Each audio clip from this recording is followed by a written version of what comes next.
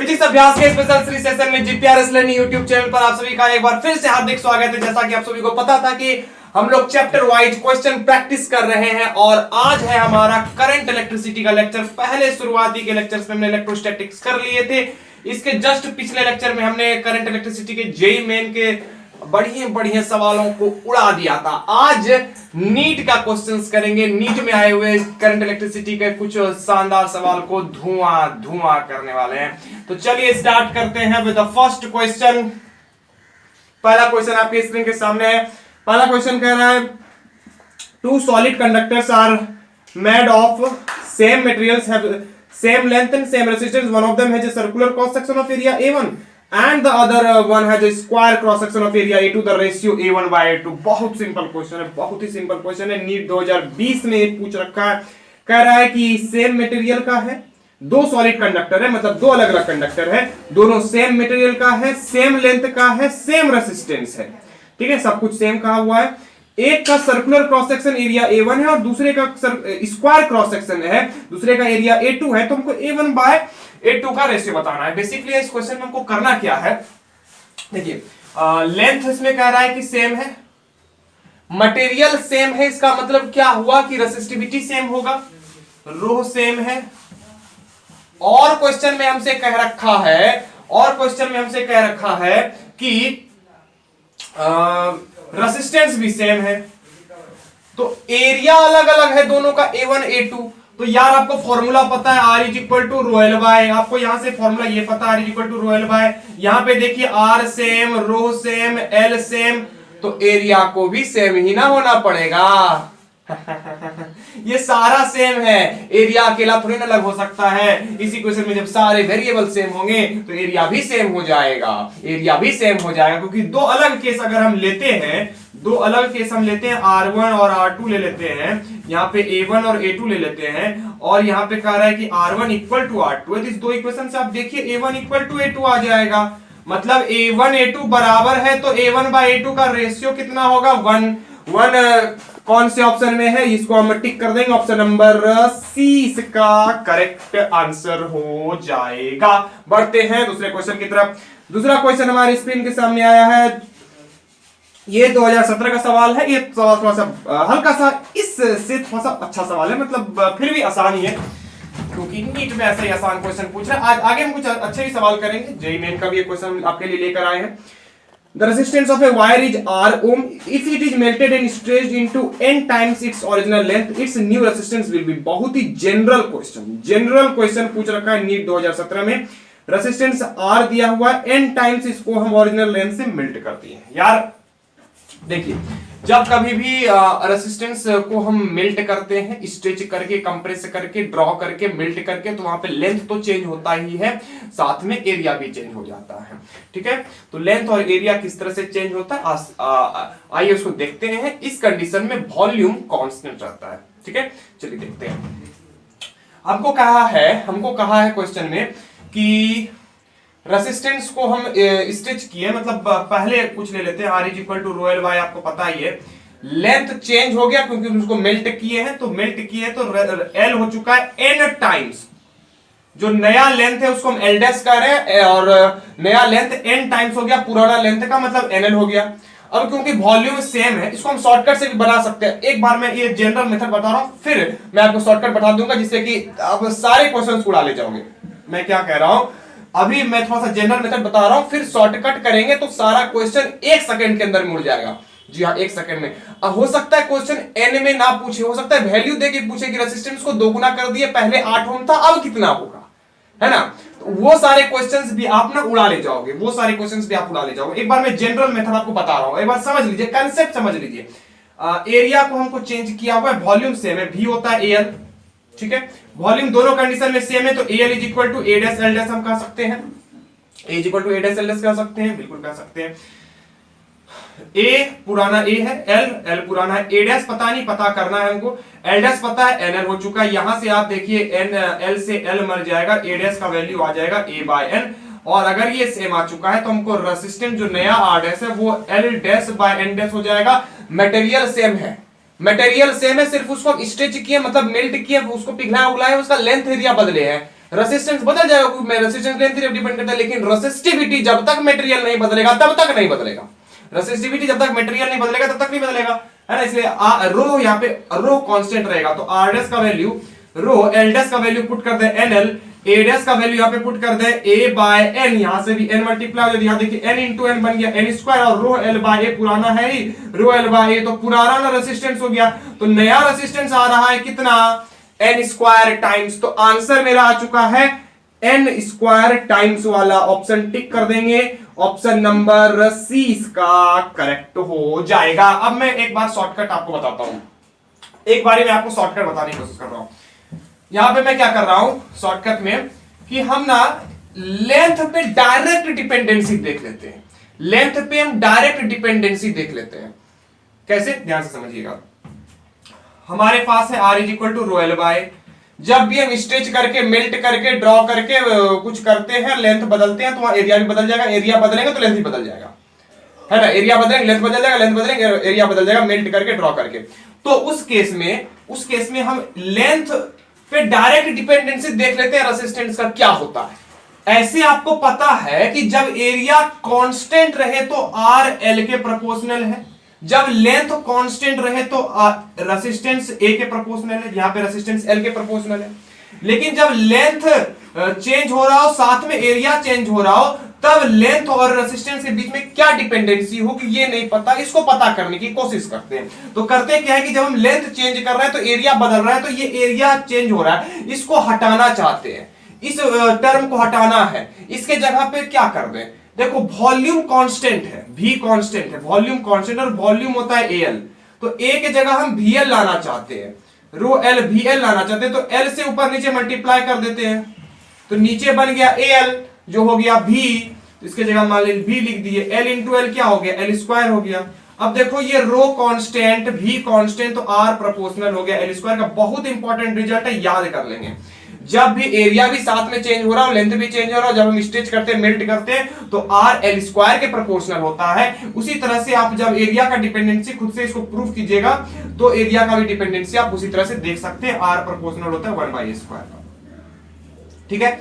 अच्छा, अगर ये एल स्क्वायर के प्रोपोर्शनल है तो इस क्वेश्चन की अगर हम बात करें तो एल डैश हम कर दिए एन एल, एन टाइम्स कर दिए, तो रेसिस्टेंस किसके, एल स्क्वायर के प्रोपोर्शनल है, तो ये कितना हो जाएगा, n square R, R dash कितना हो जाएगा, एन स्क्वायर आर। बात समझ में आ रही है, बात समझ में आ रही है, एन स्क्वायर आर हो जाएगा। तो जो भी क्वेश्चन आपसे पूछ ले, जो भी क्वेश्चन पूछ ले, मान लो रेसिस्टेंस को कर दिए हम 2 गुना, लेंथ को कर दिए हम 2 गुना, क्वेश्चन पूछ रहा है अगर हम लेंथ को कर दिए 2 गुना और रेसिस्टेंस था मेरा 4 ओम, तो क्या हो सकता है, लेंथ को अगर हम 2 गुना कर दिए तो रेसिस्टेंस कितना हो जाएगा, लेंथ को 2 गुना कर दिए मतलब n 2 गुना है, तो रेसिस्टेंस क्या हो जाएगा, 2 गुने का स्क्वायर मतलब 2 का स्क्वायर मतलब 4 गुना हो जाएगा रेसिस्टेंस। तो आप कोई भी क्वेश्चन को इस तरह का अगर आपसे पूछ रहे तो आप 1 सेकंड उड़ा सकते हैं। ऐसा सवाल पूछा है नीट ने पूछा है। अगला क्वेश्चन देखिए जरा, अगला क्वेश्चन देखिए जरा, अगला में नीट 2013 में सवाल simple, a wire of resistance 4 ohm is stretched to twice its original length, the resistance of stretched wire would be. अब ये सवाल 1 सेकंड से ज्यादा नहीं लगना चाहिए आपको सॉल्व करने में। आपने आंसर टिक कर दिया क्या, आंसर टिक कर दिया क्या, क्या कह रहा है कि रेजिस्टेंस था मेरे पास 4 ओम का, मैं समझा रहा हूं आपको तो थोड़ा सा टाइम लग रहा है, वरना मैं भी 1 सेकंड में से टिक कर दूंगा। इसके wire of resistance is stretched to twice its original length, length को हम 2 गुना कर दिए, लेंथ को 2 गुना कर दिए, लेंथ को n टाइम्स करते हैं तो रेजिस्टेंस n स्क्वायर टाइम्स हो जाता है। याद आया पिछला क्वेश्चन, लेंथ को n टाइम्स करने पर रेजिस्टेंस n स्क्वायर टाइम्स हो जाता है। रिजल्ट याद रखेंगे, अगर हम लेंथ को n टाइम्स कर देंगे रेजिस्टेंस n स्क्वायर टाइम्स हो जाएगा। ये रिजल्ट याद रखना है, पिछला क्वेश्चन किए थे, अभी पिछला क्वेश्चन किए थे, लेंथ को n टाइम्स करने पर रेजिस्टेंस n स्क्वायर टाइम्स हो जाता है। लेंथ को हमने यहां इस क्वेश्चन में ये वाला क्वेश्चन में लेंथ को 2 टाइम्स किया, रेजिस्टेंस कितना टाइम्स हो जाएगा, 2 का स्क्वायर टाइम्स हो जाएगा, मतलब 4 टाइम्स हो जाएगा, न्यू रेजिस्टेंस 4 टाइम्स हो जाएगा।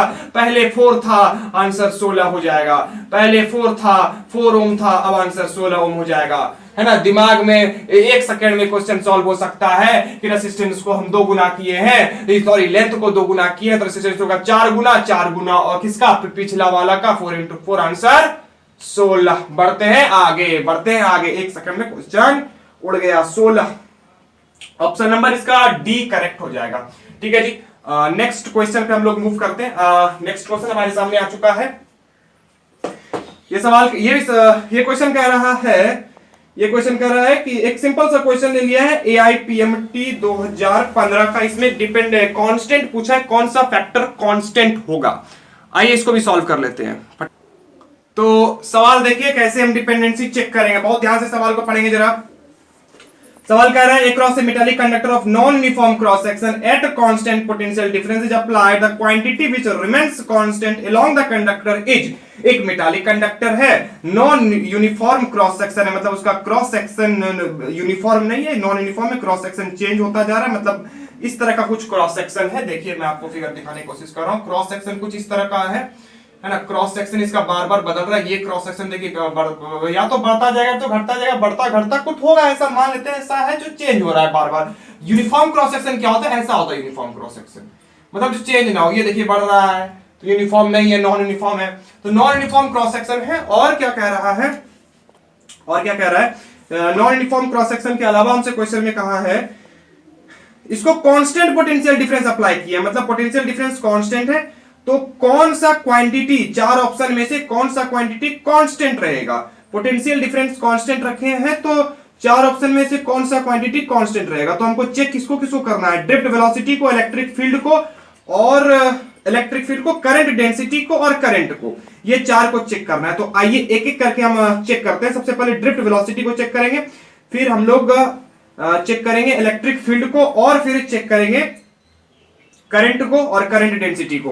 देखिए करंट को अगर हमको चेक करना है तो करंट का चेकिंग हम आराम से कर सकते हैं। ये दिमाग में लगाइए, ये दिमाग में लगाइए, क्योंकि ये अगर मेरा यूनिफॉर्म क्रॉस सेक्शन है, अगर ये मेरा यूनिफॉर्म क्रॉस सेक्शन है, तो हम इसको ऐसे एज्यूम कर सकते हैं कि इसके अंदर जो भी क्रॉस सेक्शन होगा वो बहुत सारे ऐसे ऐसे ऐसे ऐसे बहुत सारे क्रॉस सेक्शन होंगे, और इस क्रॉस सेक्शन को, इस क्रॉस सेक्शन वाले कंडक्टर को हम करंट मतलब पोटेंशियल डिफरेंस, कुछ कांस्टेंट पोटेंशियल डिफरेंस दिया हुआ है ना, पोटेंशियल डिफरेंस कांस्टेंट रखे हैं, इसको अप्लाई कर दिए हैं, है ना, इसमें करंट दौड़ा दिए हैं। तो ये जो क्योंकि कांस्टेंट यूनिफॉर्म है, जिसके अंदर बहुत सारे होंगे, बहुत सारे होंगे, क्या होंगे, बहुत सारे, इसके अंदर बहुत सारे कंडक्टर्स हो सकते हैं डिफरेंट क्रॉस सेक्शन के, इसके अंदर डिफरेंट क्रॉस सेक्शन के बहुत सारे कंडक्टर होंगे जो सीरीज में लगे हुए हैं।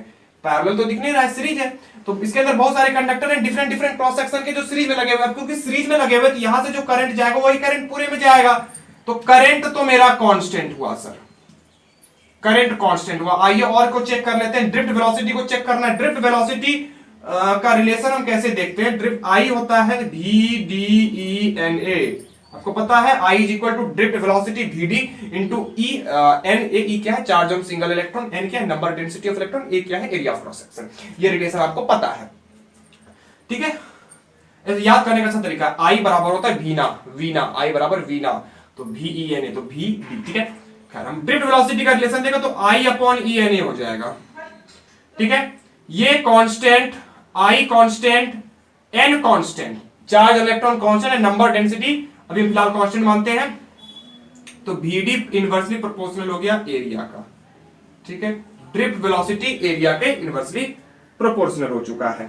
आगे अगर हम रिलेशन देखें इलेक्ट्रिक फील्ड का, इलेक्ट्रिक फील्ड का अगर हम रिलेशन चेक करते हैं, यहां पे आइए, R is equal to rho L by A, R is equal to rho L by A. यहां पे हम लाना चाहते हैं किसको, ड्रिफ्ट इलेक्ट्रिक फील्ड को। इलेक्ट्रिक फील्ड क्या होता है, E is equal to V by L, E is equal to V by L. तो R L को थोड़ा इधर लाते हैं, R बाय एल रहने देते हैं, इसको रो बाय ए कर देते हैं, ठीक है। R को लिख देते हैं V बाय आई, R को लिख देते हैं V बाय आई। इस I को इधर लेते चलते हैं, V is equal to rho, I को इधर लेते चले, I इधर आ गया, A इधर रहेगी, और V बाय एल बन गया। ये V बाय एल क्या होता है, E इज इक्वल टू होता है V बाय एल, तो ये बन गया E, ये बन गया E। यहां पे resistivity constant, current constant, resistivity constant, current constant, तो यहां से रिलेशन आ गया E इनवर्सली प्रोपोर्शनल है एरिया का। और एक J is equal to sigma E, J is equal to sigma E के अकॉर्डिंग अगर हम देखें तो E एरिया पे इनवर्सली डिपेंड कर रहा है, तो जो सिग्मा होगा हमारा, जो सिग्मा होगा और जे होगा वो भी एरिया पे इनवर्सली डिपेंड करेगा, है ना। तो बाकी सारे वेरिएबल एरिया पर डिपेंड कर रहे हैं, मतलब अलग अलग एरिया के लिए अलग अलग होगा, ठीक है। तो कांस्टेंट क्या है, कांस्टेंट क्या, यहां पे हम यहां से ऐसे भी लिख सकते हैं, सिग्मा को लिख सकते हैं जे बाई ई, है ना, जे बाई ई, और फिर हम जे को लिख सकते हैं, जे क्या होता है करंट डेंसिटी, इसको आई बाय ए लिख सकते हैं। आई कांस्टेंट है, ई को जब हम कांस्टेंट रखें तो सिग्मा एक इनवर्सली प्रोपोर्शनल है, मतलब ई भी वेरी कर रहा है, बट ई को अलग कांस्टेंट मानते हैं तब सिग्मा भी ए पे डिपेंड कर रहा है, नहीं भी मानते तो ई तो मेरा वेरिएबल है बट सिग्मा ए पे तो डिपेंड कर रहा है इनवर्सली। तो सारी चीजें इनवर्सली डिपेंड कर रही है एरिया पे, सिर्फ करंट ही कांस्टेंट, इसलिए हमारा आंसर हो जाएगा करंट, ठीक है। चलिए नेक्स्ट क्वेश्चन हमारे पास है, ए charge particle having drift velocity of इतना मीटर पर second in an electric field इतना हैज ए मोबिलिटी ऑफ इतना, मतलब सब कुछ दिया हुआ है हमको, ड्रिफ्ट वेलोसिटी दिया हुआ है, इलेक्ट्रिक फील्ड दिया हुआ है, मोबिलिटी हमको दिया हुआ है, इसको सिंपली सॉल्व कर देंगे। मोबिलिटी म्यू होता है वीडी बाय ई, मोबिलिटी म्यू होता है वीडी बाय ई, क्वेश्चन में डेटा को यहाँ पे पुट कर देंगे, फटाक से क्वेश्चन सॉल्व हो जाएगा। हमारे पास क्या है, mu is equal to VD by, mobility निकालना है, वीडी का वैल्यू यहाँ पे पुट करेंगे 7.5 to 10 to power -4, 7.5 into 10 to power -4, और इलेक्ट्रिक फील्ड का वैल्यू हमको दे रखा है 3 into 10 to power -10, 3 into 10 to the power -10, और इसको जब हम सॉल्व कर लेंगे तो मेरा 2.5 into 10 to the power 6 आ जाएगा, ऑप्शन नंबर ए करेक्ट हो जाएगा, ठीक है। ऑप्शन सिंपल सा सॉल्व कर लीजिएगा, बहुत ही सिंपल क्वेश्चन पूछ रखा है, 2.5 into 10 to the power 6 आएगा सॉल्व करने के बाद। चलिए बढ़ते हैं नेक्स्ट क्वेश्चन में, ये सवाल नीट 2020 का था। आगे कर रहा है नीट 2020 का ही सवाल है, the solid which of the negative temperature coefficient of resistance, negative temperature coefficient किसका होता है, जब आपने ग्राफ पढ़ा होगा तो ग्राफ में आपने पढ़ा होगा कि इंसुलेटर और सेमीकंडक्टर दोनों का निगेटिव टेम्परेचर कोफिशिएंट होता है, तो इंसुलेटर और सेमीकंडक्टर, ऑप्शन नंबर सी इसका करेक्ट आंसर हो जाएगा।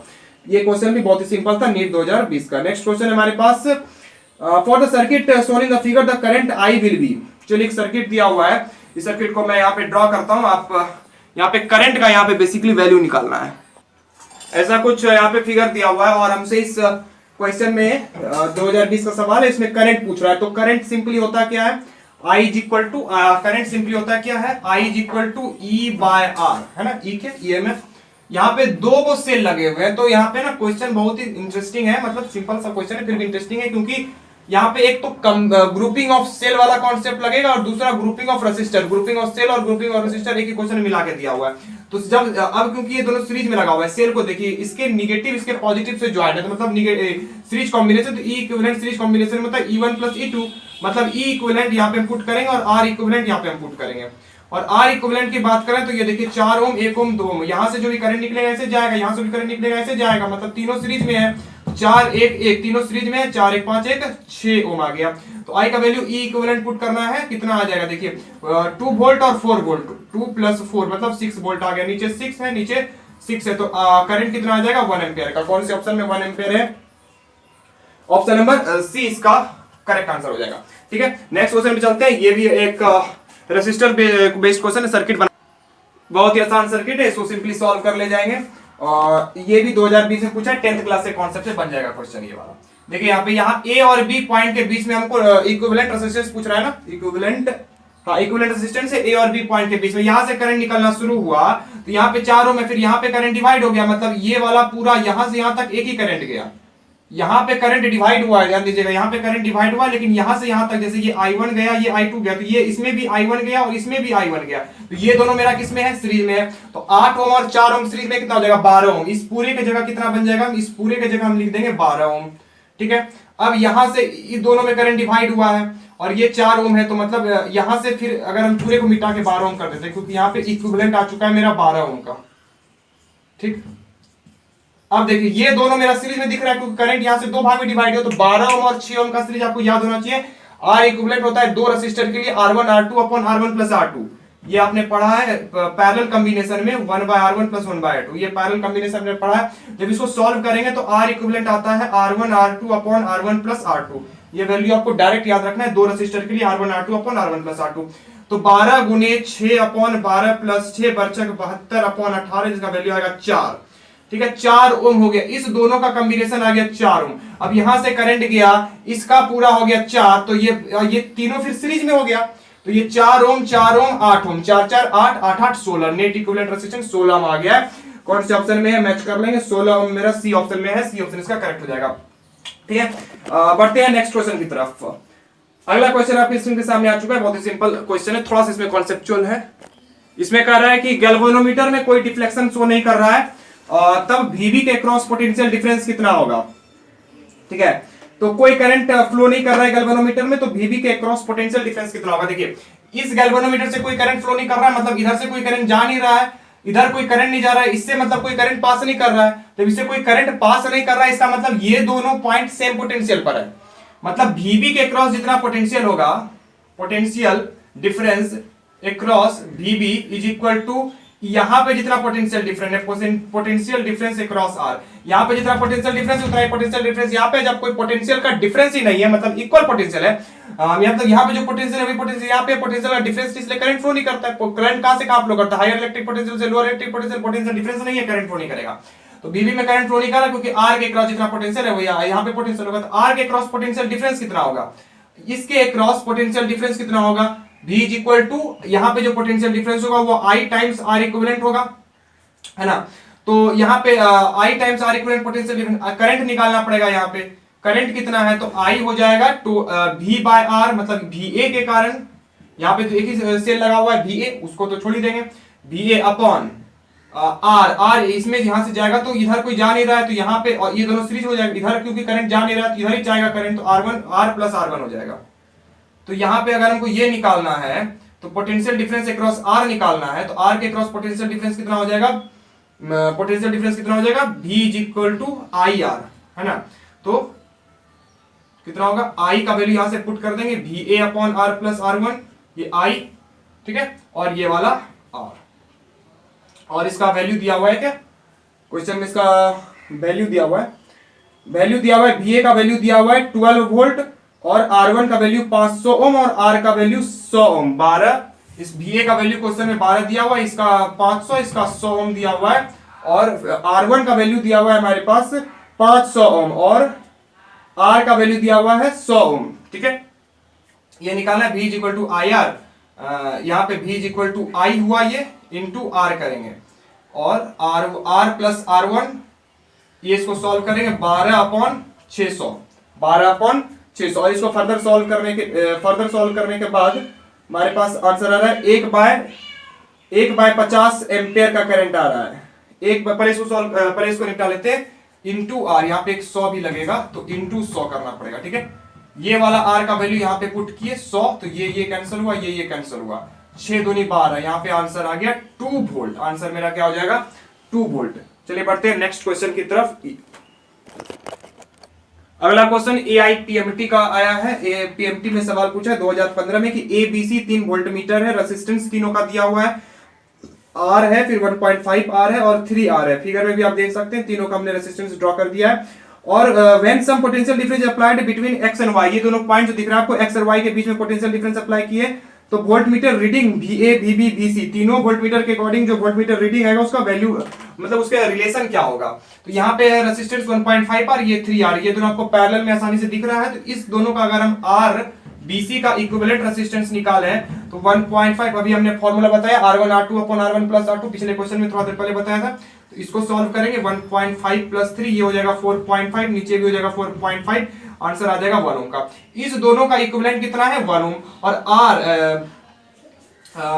1.5 R है ना, इसको 1.5 R लेना है, ये 1.5 R है, ये 3 R है, तो ये इतना R है, फिर ये इतना R है, तो इसका हो जाएगा वैल्यू कुछ ऐसा 4.5, ऊपर R into R, R square, और नीचे 4.5 R, तो ये 4.5 कैंसिल, R से एक R कैंसिल, R ओम आया, मतलब इस दोनों का इक्विवेलेंट R ओम आया है। ठीक है, क्योंकि ये दोनों पैरेलल में है इसलिए VB is equal to VC होगा। दूसरी बात, ये वाला भी R ओम है और इस दोनों का इक्विवेलेंट भी R ओम है, मतलब इस पॉइंट पर पोटेंशियल सेम है, मतलब ये दोनों का इक्वल VA भी होगा। हमारा VA is equal to VB is equal to VC होगा, क्योंकि ये और ये पूरा दोनों सीरीज में, और सीरीज में दोनों का रेसिस्टेंस सेम